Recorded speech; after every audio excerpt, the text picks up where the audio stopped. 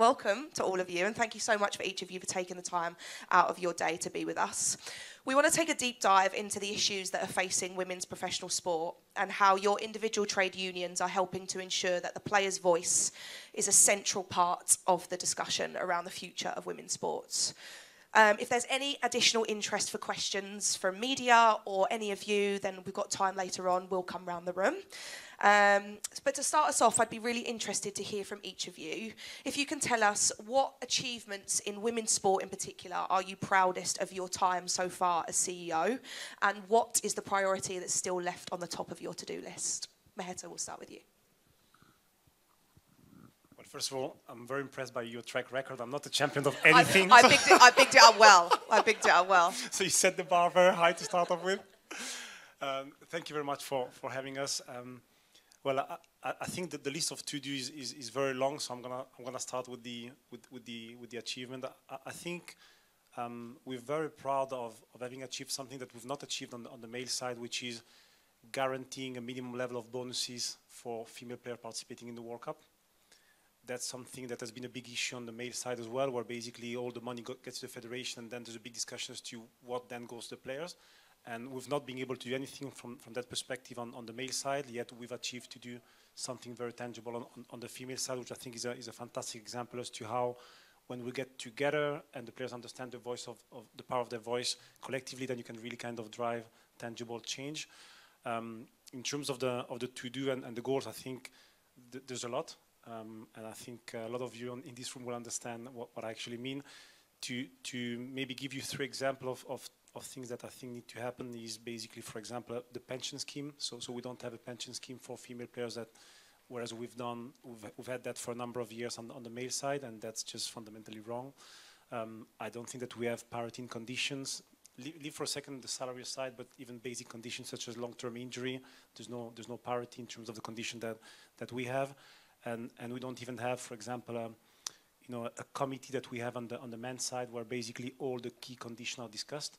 We don't have that, in women's football. So we have the feeling that whereas on the men's side we are probably at a 2.0, 3.0 in terms of the type of discussion we're having, on the women's side we're still at 1.0. So some of the very basic kind of needs and conditions are not yet there, and hence I think the task ahead is big.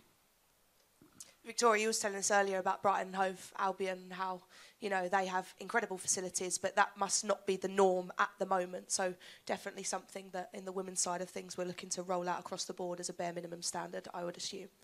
Christian, same question to you. Yeah, thank you for having us. Yeah, I could talk about some of the stuff we've done with the Red Roses this year, and we've done some really tangible things this year that have really pushed things forward. But actually, I think the biggest moment for us as an association, which was February-March time, is we've offered membership now to all elite players in England, all elite women's players, something that we've never done. It was very much a soft launch, and the weight is on my shoulders now in pre-season to go out to all the players and visit every club and explain to them what we do. But in terms of being a united collective and really showing all the women's players that we care, that was a big moment to just say this is something for everyone, and we are very much an opt-in association, so we will find out how much we're wanted this summer. Do you know what percentage of the women's side of the game is opted in so far? So for the Red Roses, I'm going to say it was 29 out of 30. What did you do to that one? I know, we booted her out. In terms of the wider game, I honestly don't know. It's very low, I'll be honest, because we didn't really go out and try and sign anyone up. We just made a statement that we'd do it. I can tell you for the men, it's roughly 80%, which for an opt-in association is strong, but it's always... I don't want to talk about the men's game too much, but from my perspective as a very recent ex-player, I want everyone to be represented and protected, and that's a challenge for us to solve in years to come, not to talk about now. Rob, same questions to you. Yeah, thanks. I started here in the role at the PCA in 2020. We had 17 professional women's players at that stage, and sitting here today we've got 101. So I think that would be clearly one of our key achievements in that time. And it was really interesting at the back end of the discussion with the panel, which were brilliant, by the way. That was really, really interesting to hear from you guys. Was about representation. And in that time as well, I came into a leadership team of 4. It was 4 men. That leadership team now is grown to 7, and we've got 3 females of that 7. Our board had 1 female on it. We now have a board of 12 with 6 females on that board. And in our players reps committee, we now have equal representation in our men's and women's players reps, which report into our chair. So really proud of those achievements. What's next? As you'll hear, I'm sure, through our discussion, we have sort of a semi-pro environment in that we have 8 regional host clubs around the country who have around 10 professionals, in some case 10 full professional female players, or 11, sorry, full professional players. We want to get that to fully professional squads by 2025, and that's we define as being 15 players per region. And then during that time, from now until 2025, and aided by the publication of the ICEC report in the last week or so, plan the journey to full equity and equality to 2030. That's really where I want to focus. Rob, we're going to stay with you for a second and we'll get onto that ICEC report a little bit later on. As you say, appointed CEO in 2020. What do you think has been the key to how you've made progress within that time? And how does that compare with the approach for some of the other big cricketing nations across the world? Yeah, sure. I think 2021 was a pivotal year for us, where we were proactive in our approach. We knew that there was so many terrible facts between the differences in the men's and women's games. So what we did was started what we called then and continue to call our Fairer Futures strategy, where we analysed and then put in a document and presented to the ECB just the stark facts of the differences both between the England men and England women and at domestic level as well. And we just put that in paper. 3 of us inside the organisation developed and saw that paper. It got circulated no further than that. Heather Knights, the England women's captain and the vice chair of the PCA and on our non-exec board as well, she was talked through everything before we submitted that. And the reason we didn't circulate it far and wide is we didn't want to end up in the media. And in essence, I went to the ECB at the time, the head of women's cricket at the ECB, a lady called Claire Connor, and effectively said, Claire, look, we've done this, and we've done it in confidence, and I want to operate like that because that's how I think things should be sorted primarily. And but Claire, you've got a task here, and you need to do some things pretty quickly. And that was vital. Emma Reid, my colleague and head of women's cricket at the PCA, was instrumental in working on that with me. And then the comparison to other countries is, in essence, the idea is not new. And we as a global organisation obviously share notes, and figured out a few of my global colleagues sort of went through a similar process, but they went straight to the media with these facts. And it was just not something I thought that's how I or we wanted to operate, and not how you build sort of collaborative relationships with, in essence, the organisation that holds the key to solving some of these issues. And that was where we started in 2021, and we've gained momentum through it, and we've been waiting for the publication of the ICEC report to then go again in what we're terming internally as Fairer Futures 2.0. Can I jump in there? Absolutely, fill your boots. And then just to show you the strength of collaboration. So I've just been elected to this role, but about 2 years ago now, I stepped up to work with what we call Team England Rugby, and we made a commitment to the women that we'd represent them exactly the same as we do the men. I had a meet with Rob, who told me about this white paper, and that was how he went about it. If you think 2 years ago was the height of COVID, and that was not the time to go to the RFU and say, we need more money, so we tied it over a year contract, but at the same time, we did exactly what Rob said there. We just said, look, that's how you treat the men's team, and that's how you treat the women's team. Let's make sure we take some of these off for free before we had our big contract negotiation this year. And sure enough, you solve some of the problems doing that without coming to a big head publicly, which ultimately will harm both sides, and is not the way I want to work either, and pretty much aligned with Rob on that. A great example of collaboration then, I guess. So you're all trying to fight for the same causes, and you know the issues that women's sport is facing are very, very similar, I imagine, for all of you and all of the sports within the room. So it's really great to hear. Maheta, we're going to come to you next. Your CV today is incredible, spanning an illustrious career as a player, gaining a law degree in the process as if life wasn't busy enough, specialising in employment and sports law, In 2016, you was appointed the Chief Executive of RCD Mallorca, now the CEO of the PFA. I listened to a podcast you did back in January of 2022, where you said, and I quote, "My obsession has been to ensure this is a player-centric organisation and to put the players back into the centre." So 19 months later, how would you say you're travelling with that objective in the women's game specifically? It's a very good question. I think my obsession since I joined the PFA was precisely to say, ultimately, it shouldn't be about what I think is right or wrong. I think it should be about what the players really want us to do, because what you see is the dressing room that I experienced when I was playing, and since I was a journeyman, I saw a lot of dressing rooms. It's just a different one. It's just a completely different one, and I think what we've seen is that the opportunities with the female players are different. It's a very engaged, determined, and very militant membership, and we've seen that right now.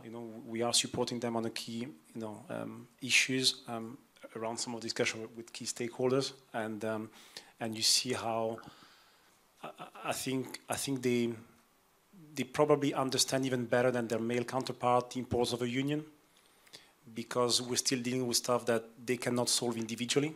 Those are stuff that needs to be solved collectively, otherwise you won't be able to change some of those regulations, some of those very basic kind of conditions, whereas maybe on the men's side it takes a bit more of work to make them understand what are the issues that need to be solved collectively, as opposed to you using your platform. So it's been a very rewarding journey so far. It's been 2 years, which feel like 22 years, but I think very rewarding, especially on the women's football side. And you alluded to it there, all of you have essentially in the last couple of questions. How important is it to have collaboration and working in partnership, if you can, I guess, with those stakeholders to drive change and improvements for your women members? And at what point do you essentially need collective action of the trade union to get involved? When do you mitigate between that fine line of trying to work in collaboration but then essentially needing trade union? Yeah, we'll start. We'll go down the line. Well, I think we spent a lot of time the last few months clarifying what the role of a union actually is. Because I think maybe because of the name that we have, there wasn't sometimes clarity, PFA, FA, Premier League, who does what, who is responsible for what, and the reality is that as a union we don't write the rules. And it's very important to be clear on that, and I think what we're here to do is to push others to do what they're supposed to be doing. And in the past, on the men's side, for example, we suffered from people saying, well, why is the PFA not doing this or not this other? We're the union, so we're in between the employers and the employee to try to represent your rights. And hence, having the key stakeholders on board is very important, because those are the ones ultimately that need to create those regulations, need to hold people accountable, need to make sure that if I am a championship club and I get promoted to WSL, what is the minimum standard that needs to happen? Those are the ones who need to make sure that it's not just, just the fancy thing that looks like women's football is doing fine. So the Wembley reality that we saw this summer is just unfortunately not the reality on the ground, and probably Brighton is an exception to that. But when you travel around and you see the reality of what the current situation is, that's just not that. This is the Twitter reality and then the reality. I'm glad that you're nodding. And I think our role is to say, hold on a second, it's not as nice and fancy as we've been told or it is perceived to be. There's still a lot of work to be done. Christian, is that the same in your context?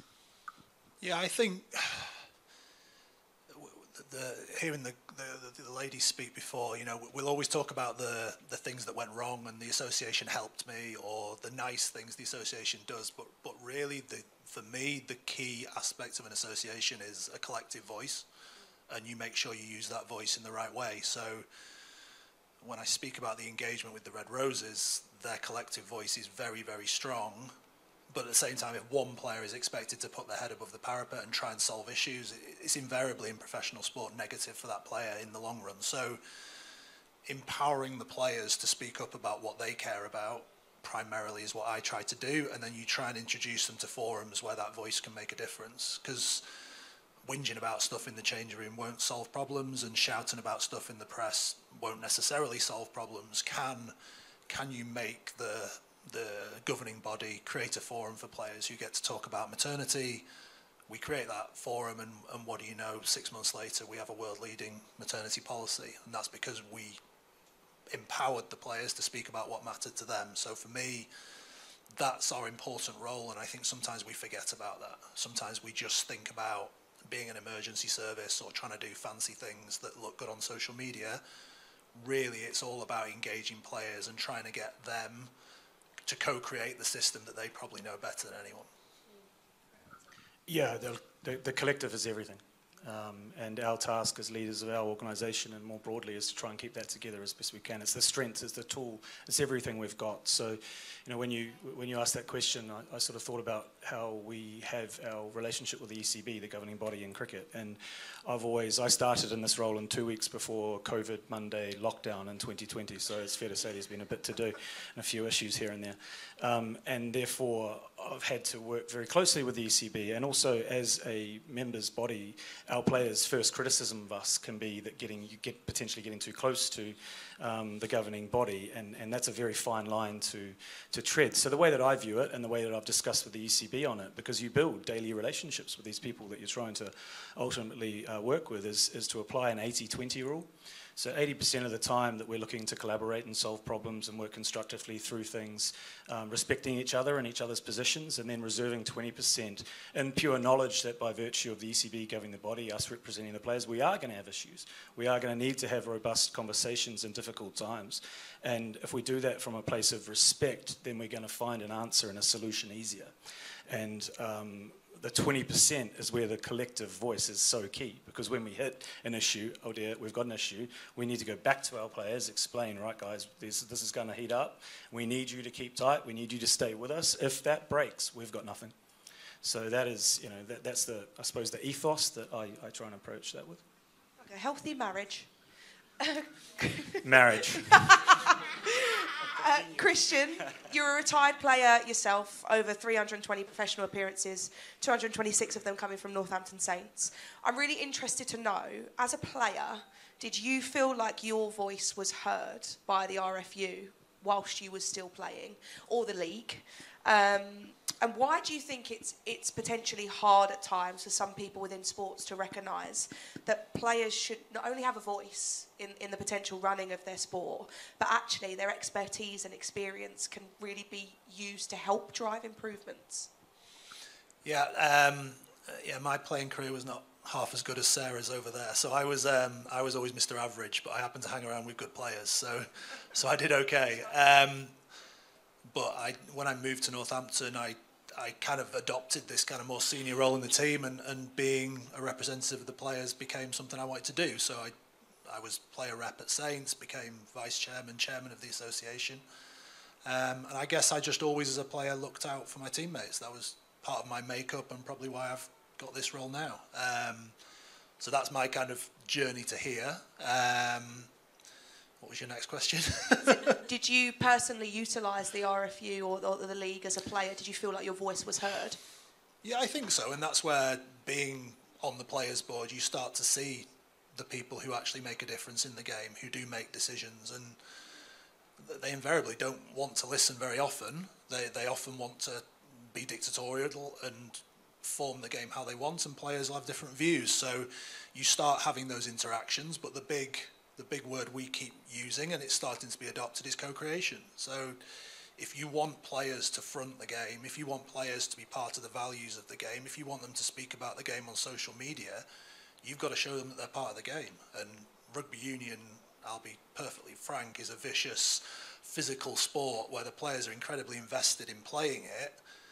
They deserve the respect that their contribution to that game is recognised, and that's where those forums that I spoke about, where players are listened to, and look, we don't want to have an input on everything. We want to have an input on things that directly impact upon players, and that, again, I'll come back to things I keep saying, is a fair deal for the players. You can't expect to challenge everything and control everything, but you should absolutely have a voice in how things that affect you in your game are decided. And also, I think the point that maybe the authorities are missing right now is that the reality is that the younger generation don't follow clubs, they follow players. And if the player tomorrow changes to a different team, they follow that very same player. And hence, it's not just a question of caring about the players, it's recognizing that the role they play in the overall system is much bigger than what it used to be. And second, the input from the players will just improve the product. So even if you look at this only from a commercial perspective, having your opinion, having Fern's opinion just will make sure that since they understand and care about the game will be better, and then more attractive product for them to sell. And I think that's a bit where they still see leagues and club up here and players down here. And in football, we're hoping that maybe with this idea of this new core being created, we can maybe stop kind of the model that we have on the men's side, which is just dysfunctional, and try to explore something different where basically you have the player buying into this because it's their product. And when you look at the NBA, for example, it's a good product also because the player sees this as their product, as opposed to, I'm playing for a club that just pays me. Let's get them involved in improving the product and also recognizing that they have a bigger value than what they used to have. Yeah, I just want to add to that as well, particularly the point about following the player. For those that know cricket, we're going through seismic change globally that has never been seen before, and that's driven by the creation of the private franchise and investment in the global cricket game. And that means that the evolution of a life of a professional cricketer in the men's and women's game is just changing at such a rapid pace. And we potentially have players now who used to look at playing, in our case for England out there, now they're looking at the Mumbai Indians or a franchise in the UAE or the South Africa, and that player is now globally moving around the world so much more. So that kind of binding to what we traditionally think is the cricket pathway is changing. And as an association, as a side, one of our biggest challenges is to change with that evolution as well, or we will quickly sort of fade away into being irrelevant. But coming back to the original question, our representation within the ECB and wider game is good. There's not a decision made about professional cricket without our consultation or us being in a working group to get to that point. And a very, very recent development, something we've been lobbying for 4 or 5 years, the two male England men's and Heather Knight, the female, our England women's captain, now get invited as guests to ECB board meetings. And that is a big move forward for us, and obviously gets us a seat at the table with relevant issues at the highest level. Now, I come from a sport that's predominantly female, getting into the men's space more recently, but I would be really interested to hear from all of you what you find is the biggest differences between your male and your female members in terms of their engagement with their player association. Do you see a big difference between one party versus the other? Maheta, we'll start with you. Yes, we do. Yes, we do. First of all, the nature of the issues that we deal with are different. And as I was saying before, those are issues where they see the value of a union getting involved. But also in terms of the profiles and how they behave, I would say normally much more educated. Most of them, have a very high level of education. The level of conversation is very high and sophisticated. Very engaged, very militant, very determined, understand probably better than their male counterpart, the value of acting collectively. So since I've joined the PFA, I've seen that very clearly. I'm curious to hear what others' unions' views is, but in our case, it's as the leader of a union, it's nice to have that type of level of engagement and determination and discipline. Because when you want to achieve something collectively, you need to be very disciplined in the way that you go about stuff, and we do have that in women's football. I guess as much as that is fantastic, it's spawned out of necessity, isn't it? Because the vast majority of female athletes from such a young age in their respective sports, we have to have something else to go alongside the professional side of our sport, which is adhered to or seen from the outside perspective as professional, but under the surface, really isn't, because it doesn't give us a full-time salary to be able to do that. So yeah, I guess it's like this weird paradox of like, that's, we're all fantastic, well-rounded and incredible human beings, but it's out of necessity, not, because we have to be. Can I talk about that? I think how I see that in positions that, say, we hold and others in authority, you really need to believe it, believe that you want to make change in this space. Now, there's a whole host of reasons why we're so motivated to continue our journey in women's cricket. One, plainly because it's right, and there's been years of historical misrepresentation and underinvestment, and the list goes on. Personally, I'm the father of 2 young daughters now, so I see life from a slightly different perspective, and that helps me. And I think, coming back directly to your question, what we have here in the English and Welsh cricket system is 8 new regional host hubs that are fresh canvases, they're blank canvases. And with the male game, you've got 18 clubs that have been around for hundreds and hundreds of years, who are steeped in their traditions, their ways. They're members' clubs ultimately, whereas these regional hubs that we have now are operated centrally by the ECB. So hence we have the ability to influence its source, if you like, and that that gives us the ability. We're miles away from where we want to be, but it gives us the opportunity. We don't have to go through things like member constitution issues. And if I said the words MCC at the moment, you probably understand, some of the difficulties in creating change when you have a members club. But we don't have that in the women's game, and that's such an opportunity for us to work with. Yeah, I think I'd agree with Maheta. Very, very engaged, very determined that they will be part of decisions and will form their own environment. Now, I'll be pretty upfront. We're dealing with the cream of the crop, the Red Roses squad, and the RFU. I will give them some quiet praise that they want to empower the girls to do that. So it's a good relationship so far. But as I've said, we now have an ambition to represent the whole league, and it's a brand new league. So some of what Rob's saying will stick with us. That we have the ability to give the players that impetus again. But I think we're probably going to undercover some things when we start representing players in the league that we probably don't like, and we'll have to be a bit more active in upping those standards to where we think they should be. Rob, you mentioned earlier the ICEC report, so we're going to talk about that for a second. That report called for pay parity between men and women in cricket by the end of the decade, so 2029 domestically and 2030 for the international game. It's a massive, big, complex issue.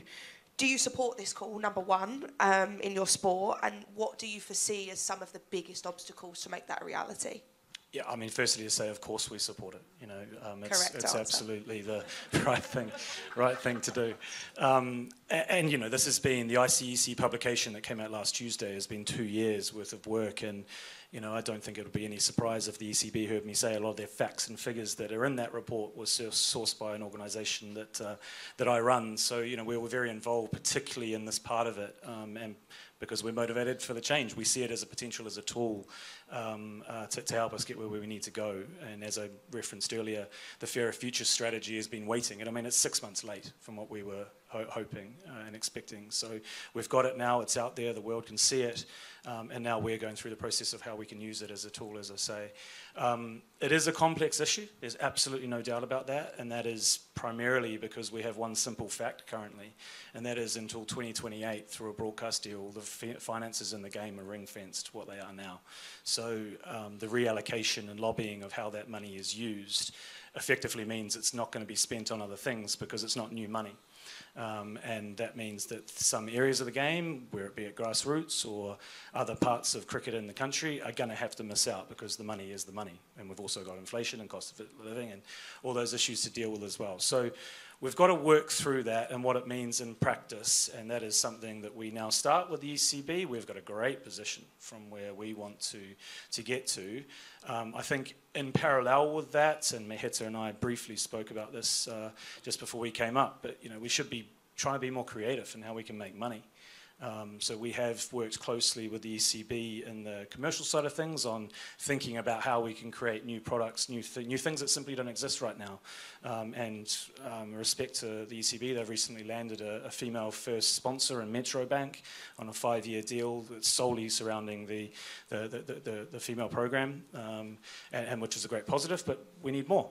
And from our perspective, we need to create it and then ring fence it to start helping some of these issues.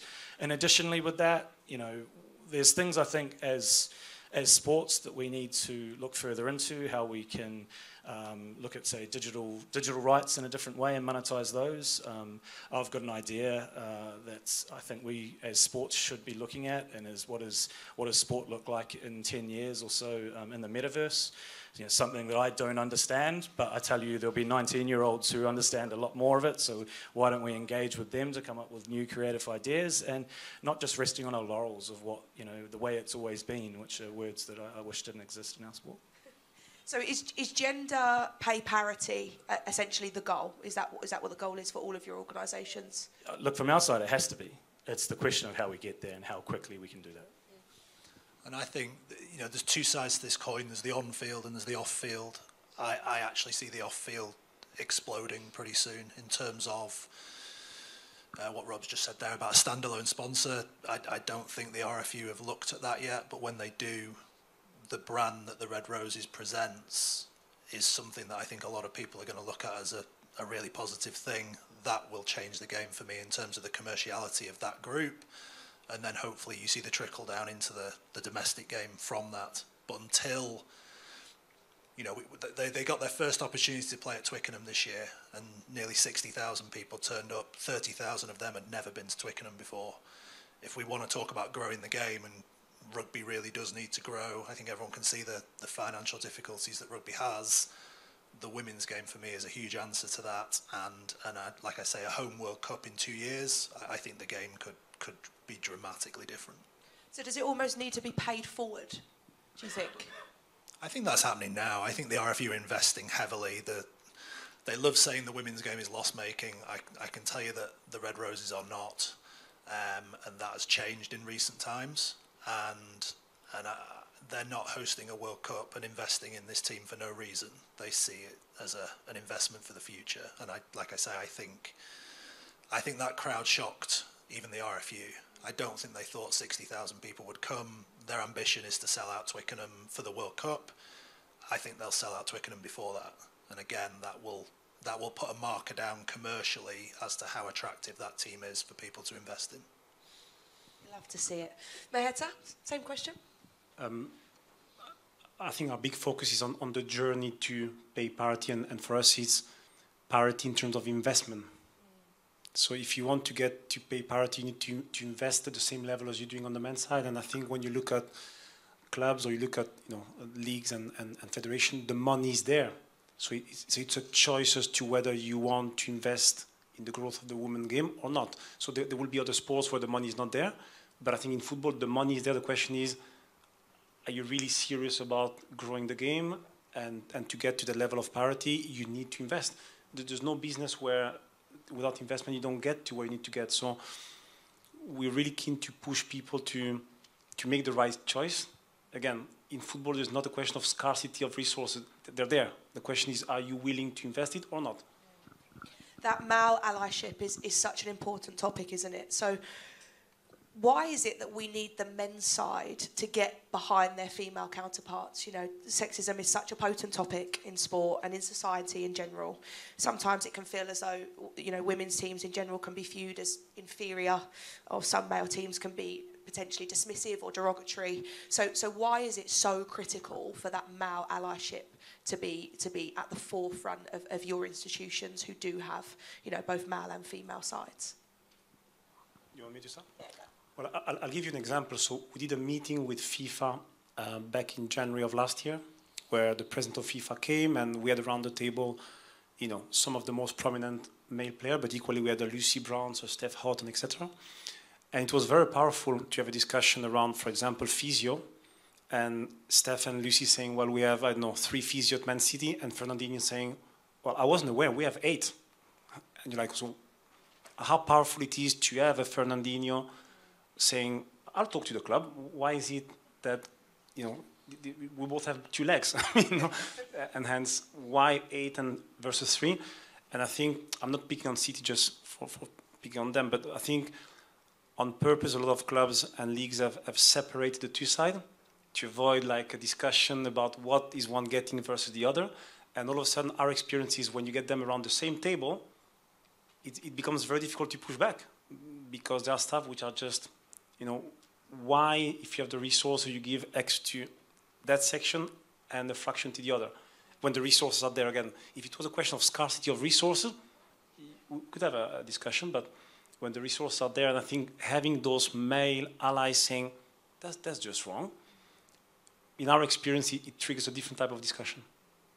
Yeah, I entirely agree with that. And look, I can only talk at this from an intelligent perspective since I've been in this role. And I think there's been a massive lack of understanding of the realities of our male players, female colleagues' realities in a lot of sense. And I particularly talk about at the England level. And there is now good interaction between the England men and England women. You know, a lot of the commercial programs now that the ECB have sponsorship with require appearances to be done joint, so there's a lot more interaction at that level.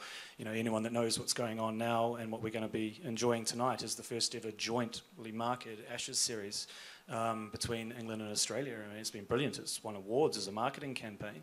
And I think slightly related to that, but a little bit different, you know, how do we continue that growth and awareness is a dual project, if you like, with continually to focus on female-only marketing and growth programs, but then also getting the males to try and support those programs, you know, particularly on the tools that they have and they own, primarily their social channels. And we're now seeing things that we didn't see even 2 years ago, with male players congratulating female players on their performances on the park and vice versa. And, you know, in the journey that we all are on in moving and progressing further, you know, this too just needs to be something, because as Maheta says, the most powerful tool that, say, I could use was be getting Ben Stokes and Joss Butler to join me at the table with the ECB when we're lobbying for, you know, female rights and female progression. And from my experience, they're up for it. Yeah, the 100 looked very powerful for that, in terms of those men's and women's players in the same shirt, watching each other, playing on the same field. It just levels everyone's expectations, doesn't it? Because you're in the same changing rooms. It was nice that the Premiership Women's Rugby, which has just been rebranded from Premier 15s, it was nice to see their final they did some viral stuff around Queen's Home rather than King's Home, and the Gloucester team announced the Gloucester Hartpury women's team, like the Gloucester men's fullback announced the women's fullback on social media. It costs nothing. All the men's players retweeted it and put it out to their audience, and all of a sudden they had 10,000 at Queen's Home that day, and it was a hugely positive event. You know, as I said, rugby does not have football's issues around too much money. If things cost nothing and can grow the game, then let's get behind it, and that was a great example of that. Maheta, very importantly, the PFA's See It, Achieve It campaign, which was spearheaded by Fern Whelan, shone a light on the lack of diverse role models within women's sport. So how important is it to prioritise this area, and are there any differences between how this is approached in the men's game versus the women's game? Thank you. Well, it's a fantastic program. I think it's a program that we're very proud of. Because I think it addresses two very important issues. The first one is inspiration and role models, and I think, you know, I'm a great believer that, you know, you cannot be what you cannot see. So it's important to have people who inspire you. They clearly agree with me as well. So you do need to have those role models, and you know, in the space of EDI, I'm a great believer about that. You know, let's set aside for a second like the negativity and talk about the positive, inspiring stories that would just kind of get you this fire inside you to just go all the way. And second, I think women's football has a big problem, which is the talent pool. And I think so we need to create that talent pool to make sure that we you know, have more and more talented people making all the way to the top. And I think this program, which again comes from a player idea, you know, because it was an idea that came from Fern, who is a former player, to actually again give a platform to good, positive players' idea. That's what I think the PFA needs to be all about. It's a place where you as a player, if I've got a good idea, not just if I have a problem, because sometimes you see union problem. No, if I have a good idea, my union will provide me the platform to actually do that, which hopefully with that program I'm going to be able to do. Last question then, on the note of it being really important that you can see it to achieve it. We've seen more recently in the USA appointing the MBPA Executive Director, Tamika Tremolagio. Closer to home, the UK, we have the chair of the RPA Management Board in Judith Batchelor. So when do you think it is that we will see a CEO of one of the bigger player associations here in the UK? And is that something that all of your institutions would welcome? Big question, thank you. Look, welcome, absolutely. And as I said at the start, you know, we have made some progress in the last couple of years in leadership positions within the PCA, and I certainly won't be doing this all my life, so there'll be an opportunity coming up in the not too distant future. You trying to tell us something? No. But we made further progress with our first president, in Charlotte Edwards, who's the current president of the PCA. I talked about our leadership group earlier, so you know, I would be delighted if my successor would be a female as the game grows, and I think it's right. And I think probably thinking about it as I sit here, Simon, correct me if I'm wrong, but around the PPF leadership group that I sit on when we come together, am I right that Liz is the only female in netball? So that percentage is certainly wrong. That needs to change. So yeah, fully supportive. Unfortunately for me, I'm in an elected position. So in 4 years' time, there will most certainly be an opportunity. And yeah, who knows who'll step up. All I would say is, you know, you mentioned Judith Batchelor. She is a force of nature as the chair of our management board. She has driven a huge amount of change through our organisation already. And Vicky Cornborough last season became our first female vice chair of our players board. So I think rugby has a sort of all shapes, all sizes, all people attitude, full stop. So I think it wouldn't surprise me in the slightest. That would be my answer. I think we're ready. And even my presence here today demonstrates that. So I'm very proud to be at an organization that doesn't look at where you come from, the color of your skin, if you're male, female, gay, straight. It's about skills, it's about what you bring to the table, it's about acknowledging that running a union is not just knowing about the game, is about running an organization. And I think hopefully that the people that I've got here today from the PFA will confirm that I'm a great believer that sky is the limit, and it needs to be the limit for anyone. And I think we've got fantastic, talented people, you know, as former members and current members, and I'm confident it will come very soon. You all answered very, very well. And I wasn't that controversial. I tried to be nice and demure. Ladies and gentlemen, I think we can all agree that topics discussed today are incredibly important to continue to grow the women's game and provide the level of support to the incredible athletes within them that is just absolutely non-negotiable. Please help me in saying a humongous thank you to our panel of chief executives for their insights. So Maheta, Christian and Rob, thank you so much.